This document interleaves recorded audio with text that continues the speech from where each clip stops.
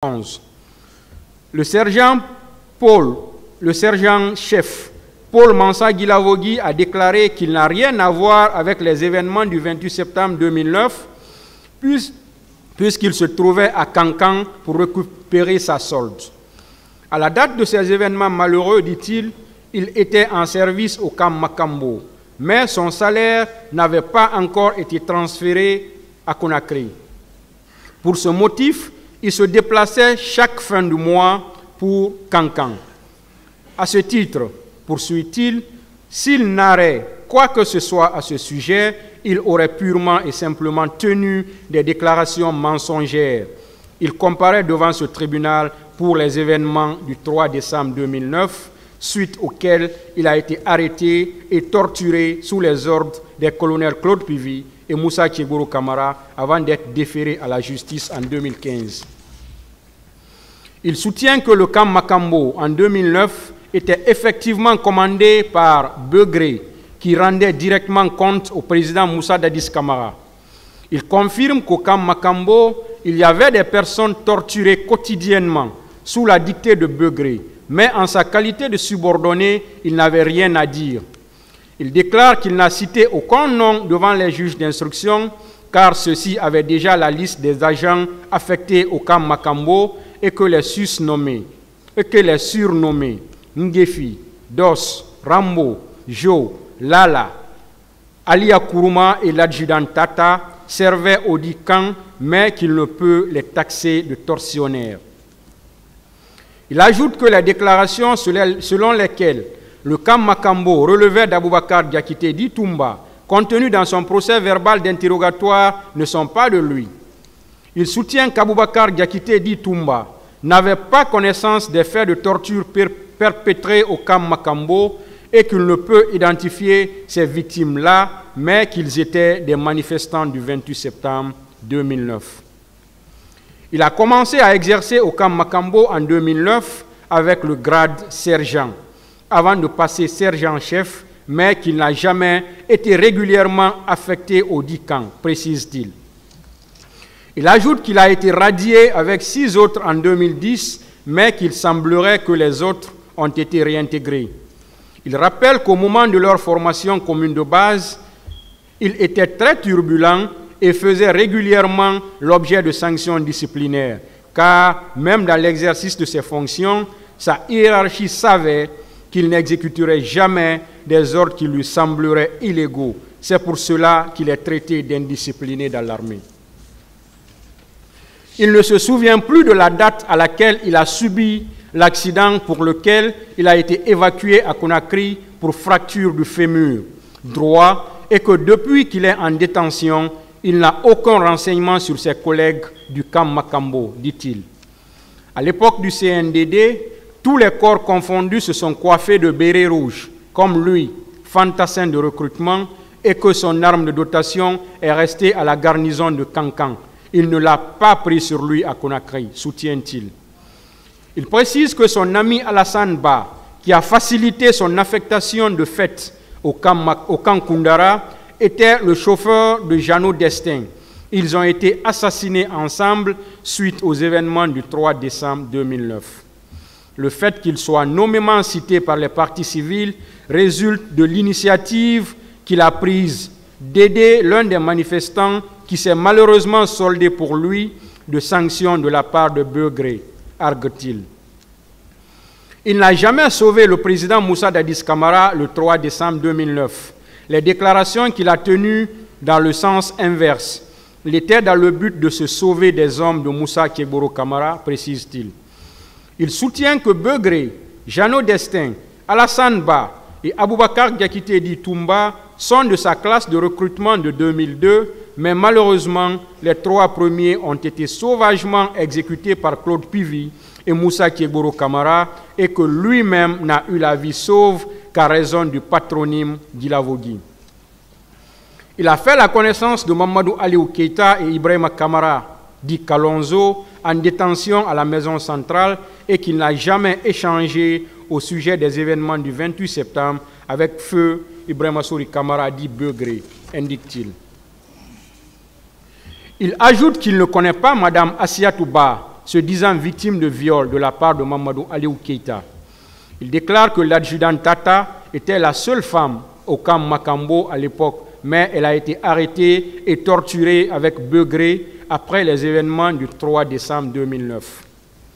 Tous les agissements de Begré étaient couverts par le président Moussa Dadis Camara, en ce sens qu'il recevait directement les ordres de lui, soutient-il.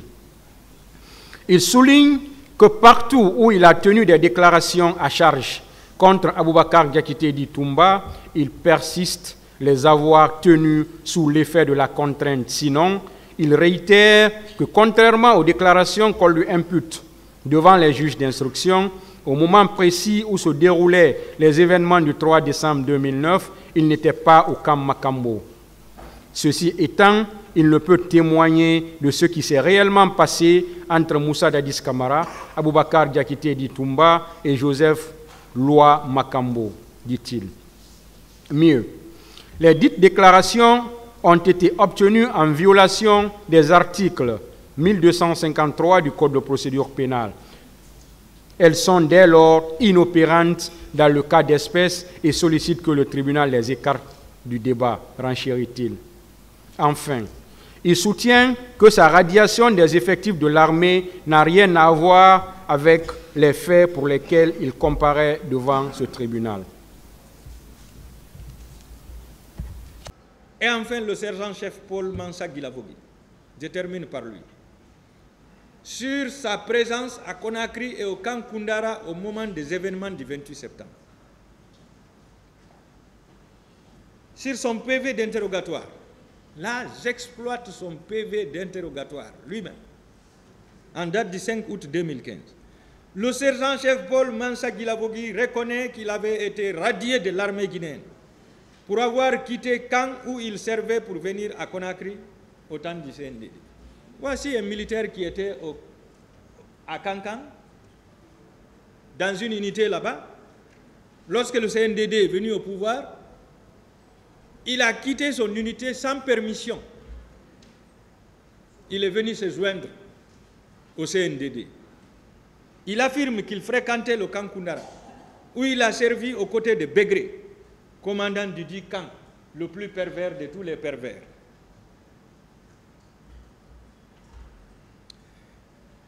Sur recommandation du commandant Isiaga et du capitaine Makambo. Donc ce sont les deux qui l'ont recommandé d'aller travailler avec Begré. Il soutient ceci. Si j'ai dit que je n'étais pas au camp Makambo, j'aurais menti. Là où je me trouvais, c'est comme un salon. J'étais chauffeur et ce que j'avais à faire, c'est de conduire en cas de mission. Voilà. Tout le monde sait que le 28 septembre, les militaires qui se sont rendus là-bas, ils étaient en mission. Et comme Begré et tous ces éléments s'étaient rendus là-bas, il a dû conduire l'un des véhicules, puisqu'ils étaient en mission.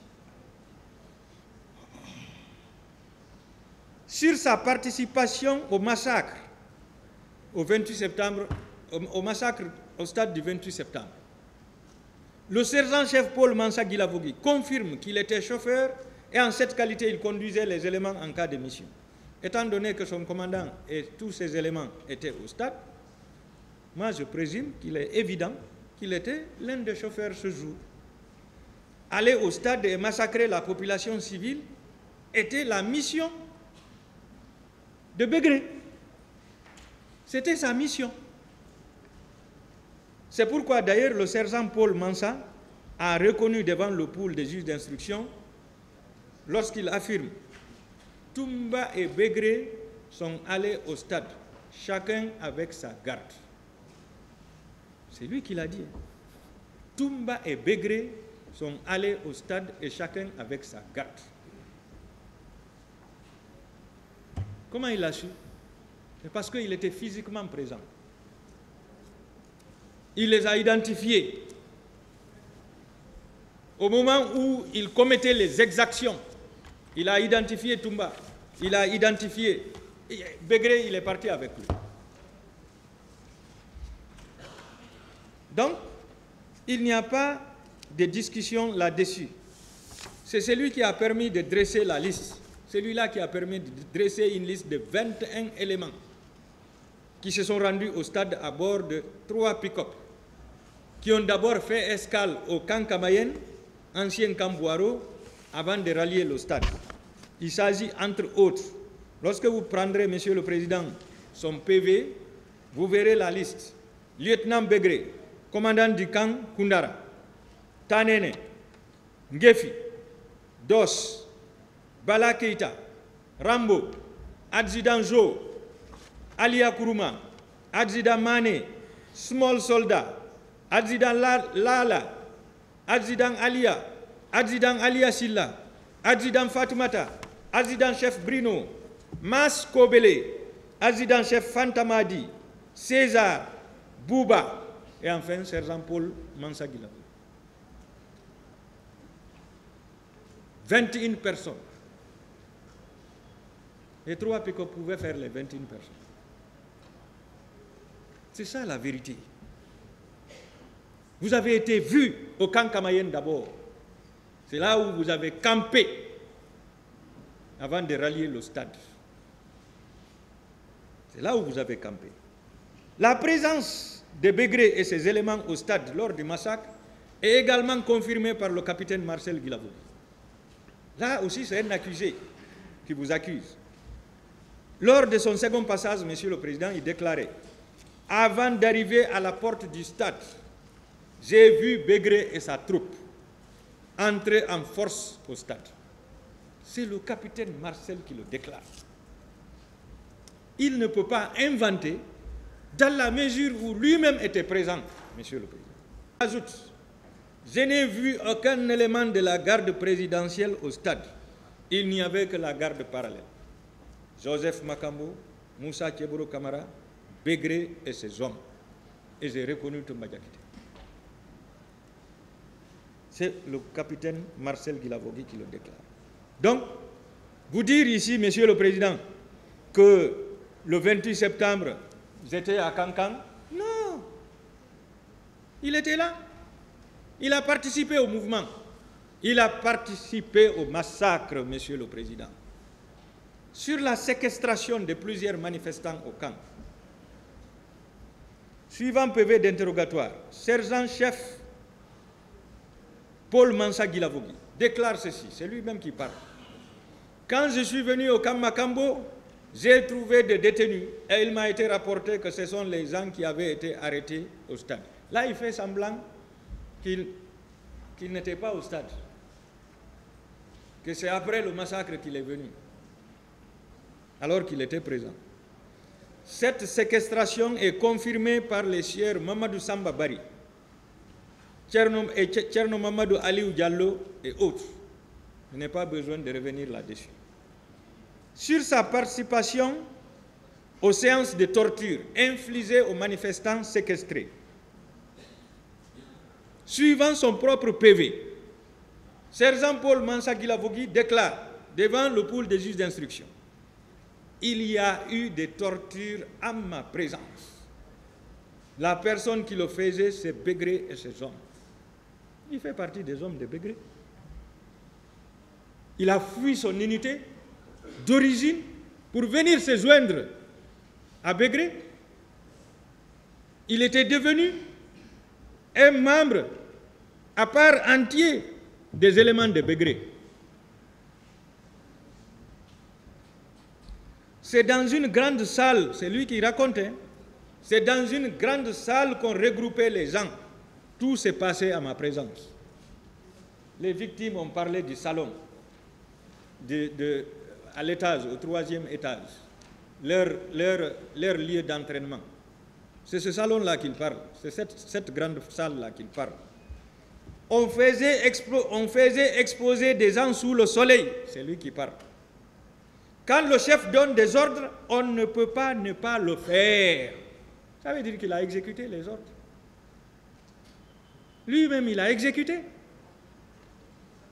Les tortures dont il s'agit consistaient à mettre les gens au soleil autour du mât. Nos clients l'ont raconté ici. On vous fait coucher et on vous dit de regarder le soleil. On frappait autour du mât, c'est lui qui parle. avec des matraques. Begré donnait ses ordres après s'être saoulé. Il n'y avait pas de temps précis pour les tortures. Il n'y avait pas de temps. Donc, à n'importe quel moment, on pouvait torturer les gens. Il pouvait même faire les tortures tard la nuit. Tard la nuit. Ça, c'est le système ancien qui a été incorporé dans l'armée. Moi-même, j'ai assisté des clients dans les bandes de 2 heures, 3 heures du matin, à l'ordre des fils. 2 heures, 3 heures du matin.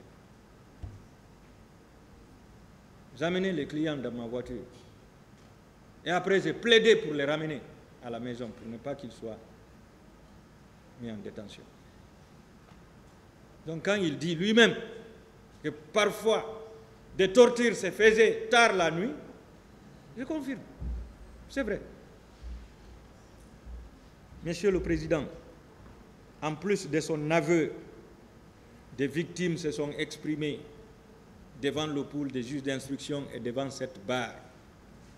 C'est le cas, par exemple, de Mamadou Samba Bari et de Tcherno Mamadou Aliou Diallo. Mamadou Samba, né à Dongoltouma Pita, déclaré à l'audience du 9 octobre 2023 devant vous ici. Le 28 septembre 2009, j'ai appelé le numéro d'un frère du nom de Amadou Korkaba. Après ma sortie du stade, c'est lui qui a répondu à déclarer qu'il est au camp Koundara. C'est ainsi que je me suis rendu au camp Koundara. Une fois à l'intérieur, on nous a bastonnés, versé de l'eau chaude. Ils nous ont fait monter au 3e étage où nous avons trouvé le colonel Aïdor Ba en détention. Ils nous donnaient 50 coups chaque jour. Le jour que le sergent Paul est ivre et fatigué, il nous demande de nous mettre en sardine. À la question de savoir, vous étiez combien? Il a dit que nous étions un nombre de 26. Se mettre en sardine, c'était quoi? Se superposer. Cela a duré combien de temps? 10 à 15 minutes. Imaginez-vous. C'est lui qui est en bas. Ceux qui sont en bas, ceux qui sont au milieu, qui sont battus, qui ont faim, qui ont soif, on les superpose pendant 10 à 15 minutes. Mais c'est la mort dans l'âme. Pourquoi vous avez retenu spécialement le nom de sergent Paul et celui de Tanene? C'est parce qu'ils étaient plus proches de nous. C'est ça. Est-ce que c'est après les 50 coups qu'on vous versait de l'eau fraîche? Oui.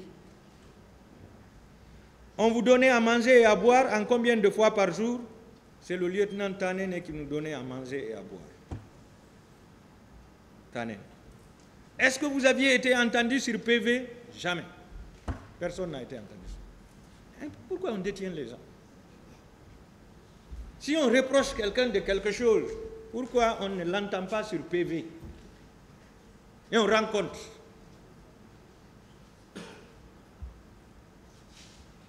Monsieur Tcherno Mamadou Aliou déclare à l'audience du 11 octobre 2023, après m'avoir arrêté et embarqué dans une pick-up, on m'a amené au camp Koundara avec un groupe de manifestants au 3e étage. C'est leur salle d'entraînement. Le sergent Paul nous a insultés en nous traitant de rebelles avant de nous dire de se mettre en sardine. Celui qui est en haut est toujours copieusement chicoté. C'est pourquoi j'avais dit, dès qu'il dit « mettez-vous en sardine », il s'est précipité et il se cognait. Parce que chacun veut être en bas pour ne pas recevoir les coups de chicotte. Le mardi vers 14h, ça veut dire le 29 septembre, on nous a appelés pour prendre le café.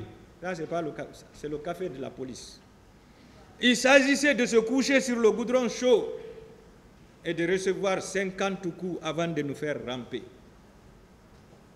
On nous a dit après d'aboyer comme les chiens, ce que nous avons fait. On nous a dit de magnifier Dadis, ce qui fut fait. Ensuite, on nous a dit de se coucher et de regarder le soleil, ce qui fut fait également. Mercredi, vers 12 heures, le sergent Tanene nous a demandé si nous avions mangé. Donc lundi, mardi, jusqu'au mercredi, vers 12 heures, il n'avait pas mangé, en train de subir les tortures. Bon, je pense qu'on va se limiter là aujourd'hui. Monsieur le Président. Ah oui, parce que vous ne terminez jamais, donc on va... Je suis à la dernière page. S'il vous plaît, il fait nuit. Je n'ai que 3 lignes, s'il vous plaît, Monsieur le Président. Je termine. Je n'ai que 3 lignes, s'il vous plaît. Allez-y alors. Voilà. On va voir.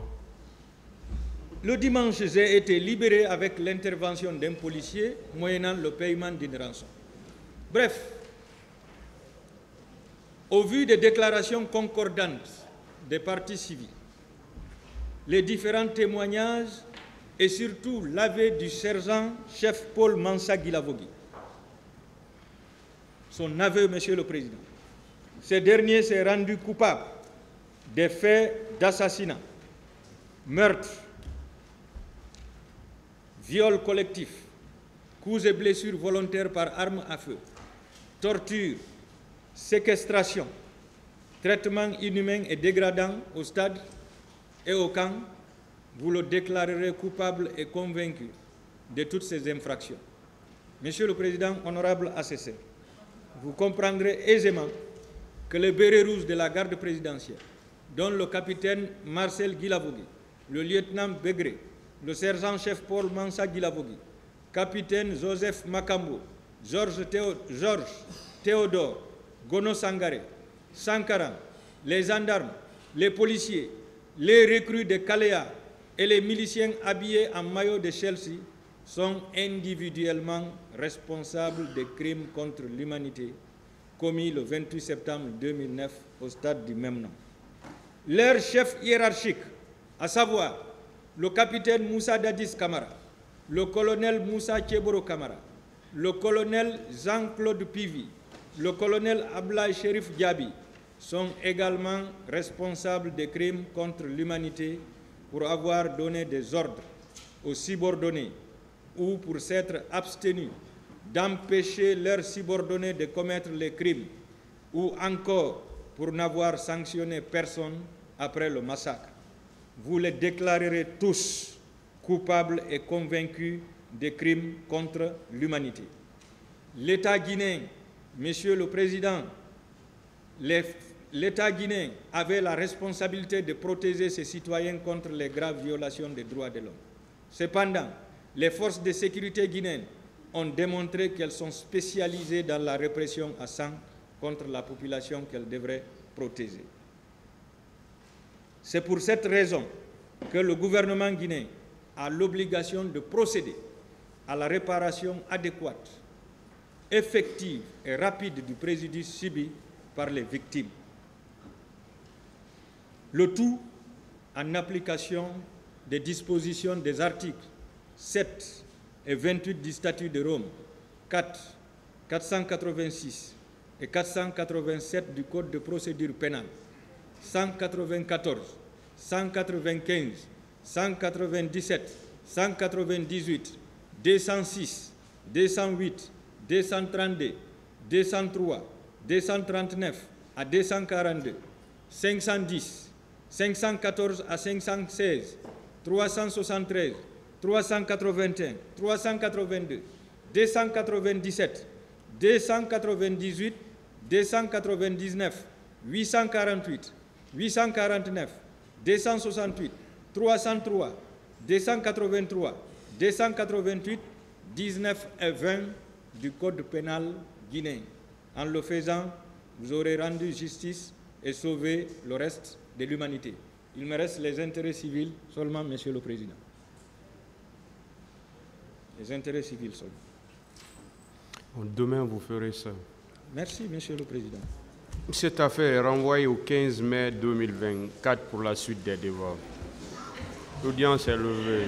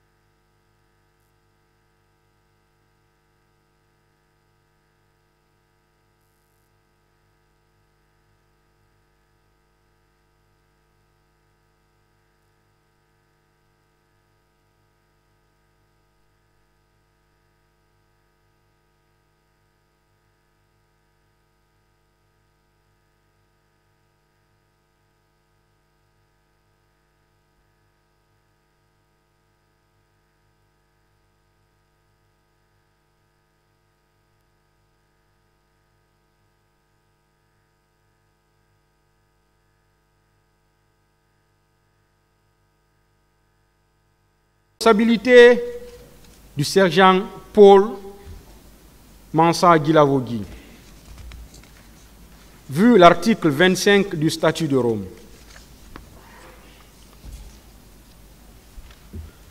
Paul Mansa Guilavogui, militaire en service au camp de Kankan à l'époque des faits, a officieusement rejoint celui dénommé Koundara, une unité de la garde présidentielle ayant pour commandant le surnommé Begré, son ami.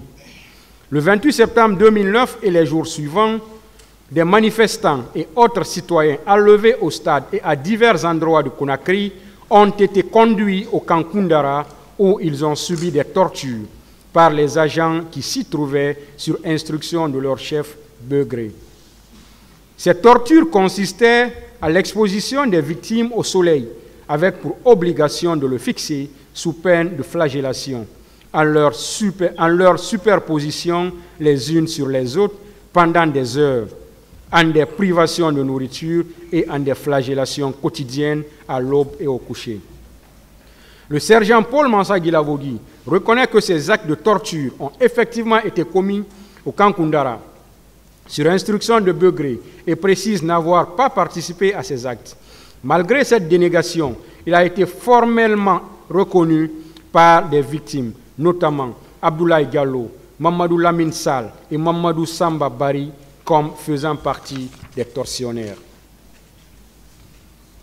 Au demeurant, ces tortures étant commises de façon généralisée ou méthodiquement préparées et exécutées sur une population civile par des militaires du camp Koundara où ils se trouvaient, engage ainsi la responsabilité de tous les agents